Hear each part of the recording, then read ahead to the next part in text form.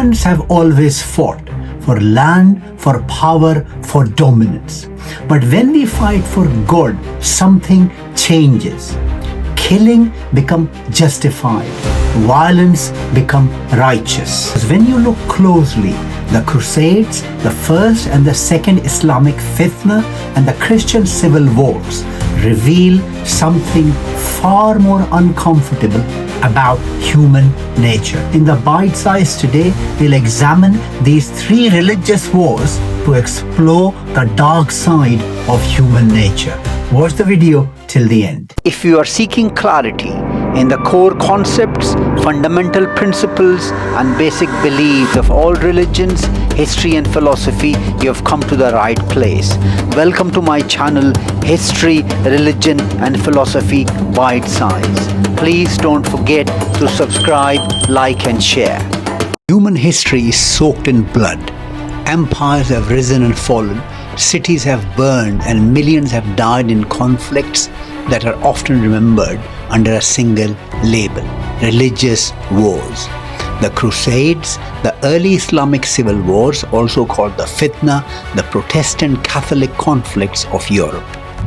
These are presented as moments when humanity fought not for land or wealth but for God.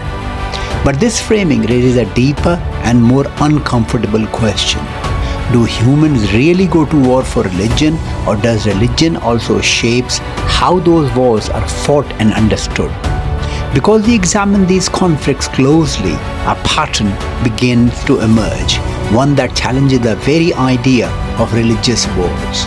In today's video, we explore three of the most powerful religious conflicts in history: the Crusades, the First and the Second Islamic Fitna, and the wars between Protestants and Catholics. A lot of thought and effort goes into the making of these videos. So if you like this content, a like and subscribe really helps. In the Middle Ages, the Catholic Church did not just guide people in religion.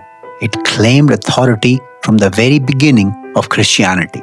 Through something called apostolic succession, the Church believed its leaders could be traced back to St. Peter, one of Jesus' closest companions. This meant the Pope was not just a religious figure, he was seen as the direct successor to the apostles.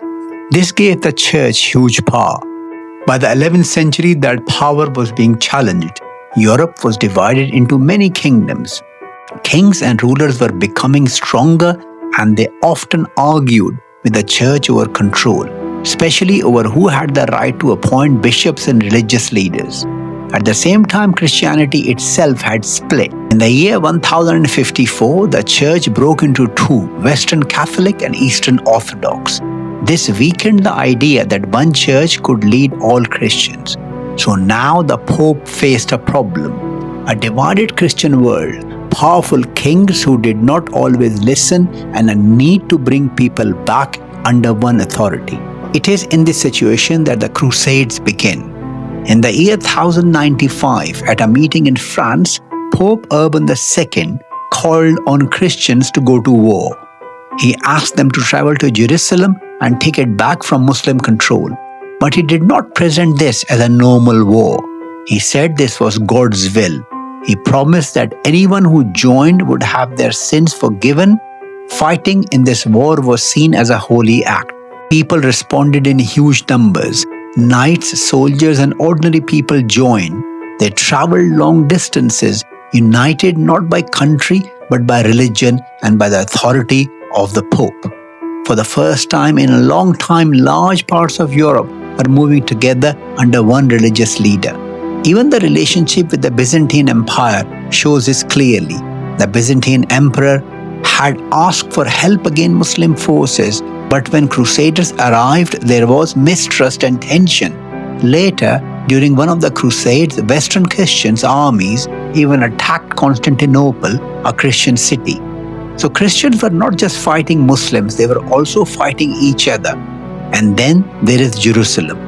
When the Crusaders captured the city, in the year 1099, they did not just take control. They killed thousands of people. Muslim, Jews, and even some Christians were killed. Reports from that time describe extreme violence. Historically, the Crusades were not just one war, but a series of campaigns over nearly 200 years. The First Crusade was the most successful. Crusaders captured Jerusalem and set up Christian states in part of Middle East. The Second Crusades failed to take back lost territory. The Third Crusade began after Saladin took Jerusalem. Leaders like Richard the Lionheart fought to regain it, but they were unable to capture the city. Fourth Crusade never reached the Holy Land. Instead, Crusaders attacked and looted Constantinople, a major Christian city. Later Crusades continued, but with less success and less unity. Some were poorly organized and some failed completely. In the year 1291, with the fall of Acre, the major Crusader stronghold, Christians' political control in the region came to an end. In total, there were around 8 crusades. They caused massive loss of life, but failed to achieve their long-term goal of holding Jerusalem. After the death of Prophet Muhammad in 632 CE, Muslim world faced a critical question: who should lead? There was no clear political system. Some believed leadership should stay with the Prophet's family, especially with Ali ibn Abi Talib.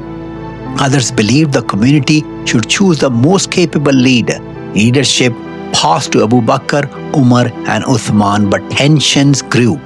Uthman was accused of favoring his family, the Umayyads. Discontent spread across regions like Egypt and Iraq.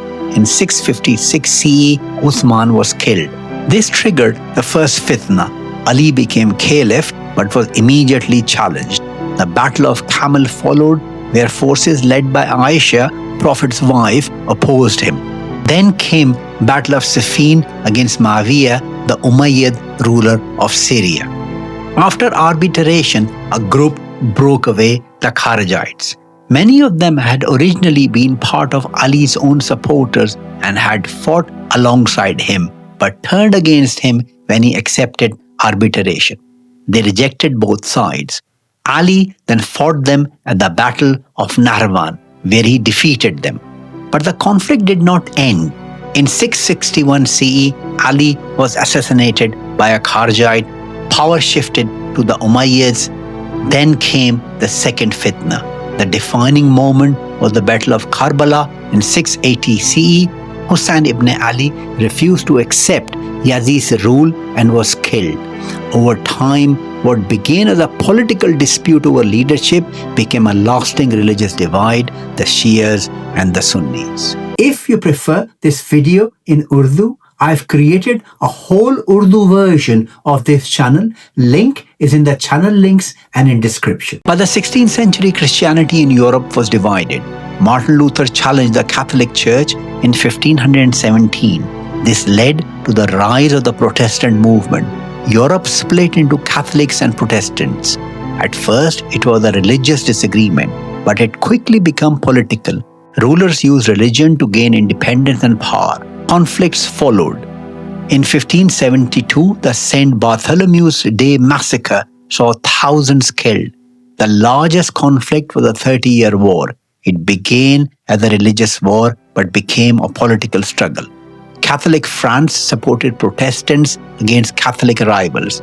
The war devastated Europe. Millions died. It ended in 1648 with the Peace of Westphalia. If you look at all these religious wars, the Crusades, the Fitnas, and the war between Catholic and Protestants, they seem like 3 different stories, but they have one uncomfortable truth.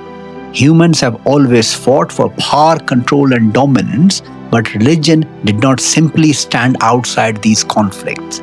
It shaped them, it gave them meaning, it gave them certainty. And once people believe they are fighting for something sacred, compromise becomes almost impossible. So the question is not whether religion causes war. The real question is what happens when belief and power come together. Because when they do, conflict is no longer just political, it becomes absolute.